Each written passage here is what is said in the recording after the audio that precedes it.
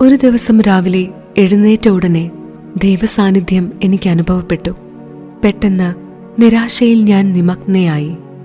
എന്റെ ആത്മാവ് അന്ധകാരത്തിലാണ്ടു.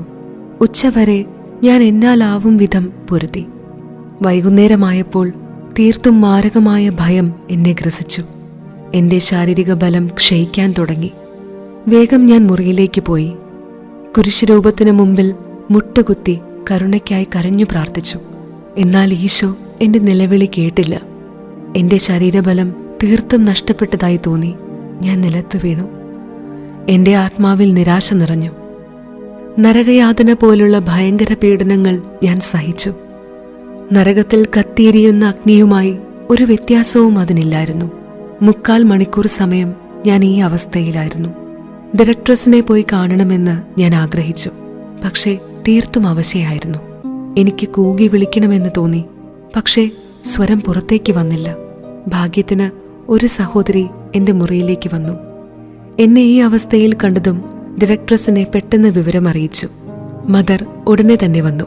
മുറിയിൽ കടന്ന ഉടനെ മദർ പറഞ്ഞു, വിശുദ്ധ അനുസരണത്തിന്റെ നാമത്തിൽ നിലത്തു നിന്ന് എഴുന്നേൽക്കുക. ഉടനെ തന്നെ എന്തോ ശക്തി എന്നെ നിലത്തു നിന്ന് ഉയർത്തി. സ്നേഹമുള്ള ഡയറക്ട്രസിന്റെ അരികിൽ ഞാൻ എഴുന്നേറ്റു നിന്നു. ദൈവത്തിൽ നിന്ന് എനിക്കുള്ള ഒരു പരീക്ഷണമായിരുന്നു ഇതെന്ന് വളരെ സ്നേഹപൂർവ്വം മനസ്സിലാക്കി തന്നുകൊണ്ട് അവർ പറഞ്ഞു, സഹോദരി, നല്ല വിശ്വാസം ഉണ്ടായിരിക്കുക.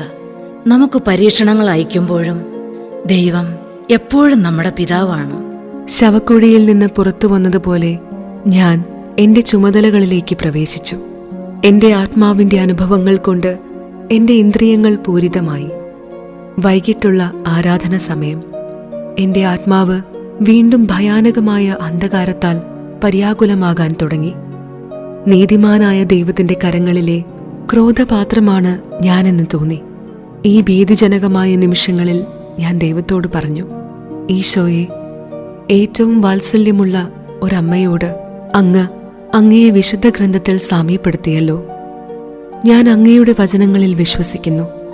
എന്തെന്നാൽ അങ്ങ് സത്യവും ജീവനുമാണ്. എല്ലാത്തിനുമുപരിയായി പ്രത്യാശ നഷ്ടമാകുന്ന എന്റെ ആത്മീയ സംഘർഷത്തിലും ഈശോയെ, ഞാൻ അങ്ങിൽ ആശ്രയിക്കുന്നു.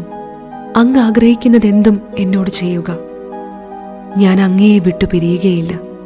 എന്തെന്നാൽ അങ്ങാണ് എന്റെ ജീവന്റെ ഉറവിടം. ഇതുപോലുള്ള അവസ്ഥയിലൂടെ കടന്നുപോയിട്ടുള്ളവർക്ക് മാത്രമേ ആത്മാവിന്റെ ഈ വ്യതകൾ എത്ര ഭയാനകമാണെന്ന് മനസ്സിലാക്കാൻ സാധിക്കൂ.